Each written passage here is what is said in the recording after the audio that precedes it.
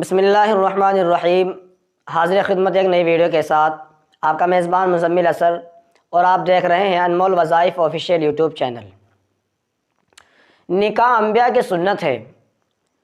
اللہ رب العزت کے پیارے پیارے نبی لاڈلے محبوب جناب محمد عربی صلی اللہ علیہ وسلم ارشاد فرماتے ہیں، النکاح من سنتی فمن رغب عن سنتی فلیس منی۔ نکاح میری سنت ہے، اور جو شخص اس سے اجتناب کرے گا یعنی شادی نہیں کرے گا، اس کا میری ذات سے کوئی تعلق نہیں۔ یہ میرے نبی فرما رہے ہیں۔ اور یہ شادی کا ہونا اور اپنی پسند کی شادی کا ہونا، اپنی مرضی کی شادی کا ہونا، اس سے کوئی شرعاً کوئی قباحت نہیں ہے۔ اور اگر لڑکا اور لڑکی اپنی مرضی کی شادی کرے، اپنی مرضی کے مطابق اپنی پسند کی شادی کرے، تو ماں باپ کو چاہیے کہ ان کا تعاون کرے، یعنی ان کی اس میں مدد کرے، اور فسق و فجور والے یعنی خراب رشتے سے اجتناب کرے، بچے۔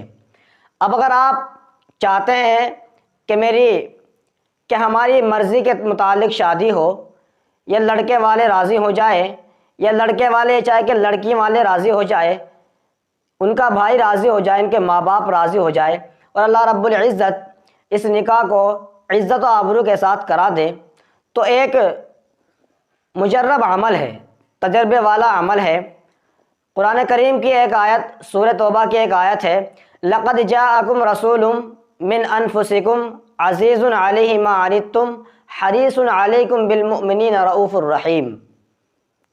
آپ دیکھ سکتے ہیں ویڈیو کو روک کر کے اس آیت کو جو میں دکھا رہا ہوں، آپ اس کو یاد کر سکتے ہیں۔ اس آیت کو 41 مرتبہ عشاء کی نماز کے بعد پڑھنا ہے، اور یہ عمل، یہ وظیفہ 21 دن لگاتار کرنا ہے۔